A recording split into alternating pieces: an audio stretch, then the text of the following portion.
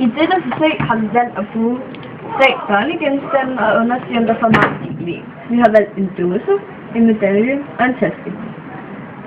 Og vi vil se, om der får meget energi. Og hvordan gør man det? Jo, man tager noget ammoniakvand og drypper nogle dråber på det.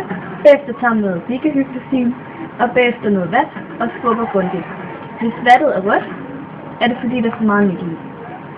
Vi starter med dåsen. Man tager noget ammoniakvand og drypper lidt af det på.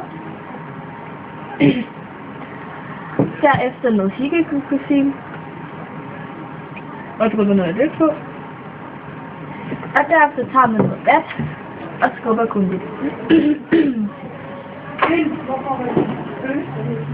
Som I kan se, er vandet ikke blevet rødt. Lidt gulligt, men det er på grund af, at farven er smittet af.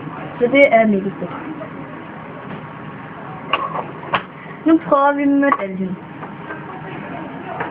Og man gør det samme med ammoniakvand. Dikahydrogen. Hvor skal ødelagte pærer hen? Og derefter noget vand. Skubber grundigt. Og det er negativt.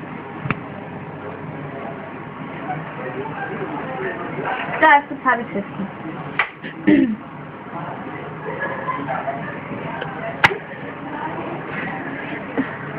Og vi gør det helt samme igen.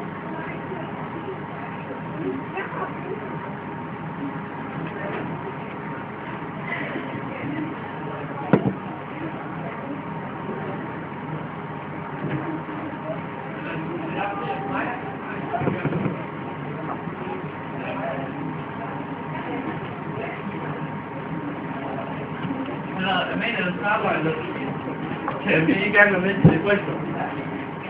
4. Vi prøver igen.